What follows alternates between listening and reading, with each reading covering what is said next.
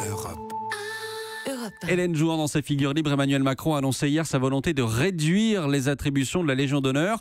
Une ambition louable et qui en dit long sur l'idée qu'on se fait du mérite. Fini la braderie, Maxime. Aux grands hommes, la patrie reconnaissance. Il n'y a pas assez de place au Panthéon pour accueillir tout le monde, mais épingler une petite rosette à la boutonnière, ça doit pouvoir se choisir. Pour redonner du lustre à la plus haute distinction nationale, passablement salie par quelques récipiendaires peu reluisants ou galvaudés par des chanteurs sur le retour ou des journalistes dont on se demande quel service ils ont rendu à la nation, eh bien Emmanuel Macron s'engage à revenir sur les usages en cours depuis des décennies. Terminée donc la France du pouvoir et des couloirs, celle qui se plaisait à honorer par automaticité, longévité, notoriété, proximité, cocher la case, tous les anciens ministres, édiles, ambassadeurs pour qui c'était quasiment un droit acquis, ou les amis courtisans obligés, et pourquoi pas la famille.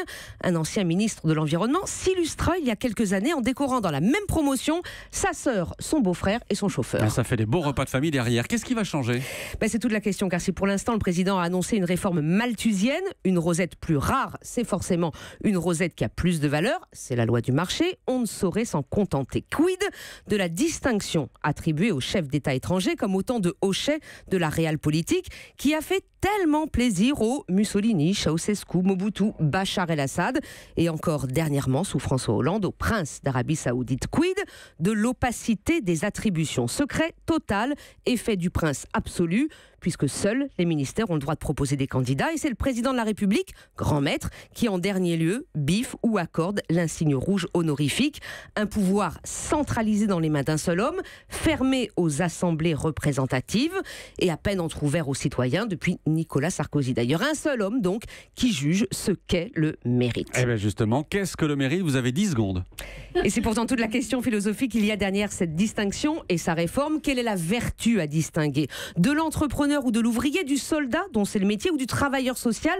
Qui a le plus de mérite? Qui illustre le mieux les valeurs de la République? Distinguer, prioriser parmi les méritants, c'est dévoiler sa vision de la société. Avec sa liste raccourcie, Emmanuel Macron n'échappera pas à cette lecture. Je crois que Carole Ferry veut sa Légion d'honneur. Je voudrais surtout savoir si d'autres, avant Emmanuel Macron, ont essayé de réformer la Légion d'honneur. Quasiment tous sous la Ve République. C'est le général de Gaulle qui, en 63, a commencé. Il a fait écrire d'abord une charte de la Légion d'honneur. Il a aussi créé une seconde division, en quelque sorte, en créant l'Ordre national du mérite. Alors, il a quand même divisé par 3 le nombre de récipiendaires. Et puis après, tout le monde s'y est mis. C'est-à-dire, Jacques Chirac a, lui, rappelé à la chancellerie qu'il y avait des femmes, quand même. C'est Nicolas Sarkozy qui a mis en place cette parité. Et puis après, ça s'est ouvert aussi à la diversité. Aujourd'hui, il y a des syndicalistes, des gens qui travaillent dans les quartiers qui sont effectivement honorés par cet insigne.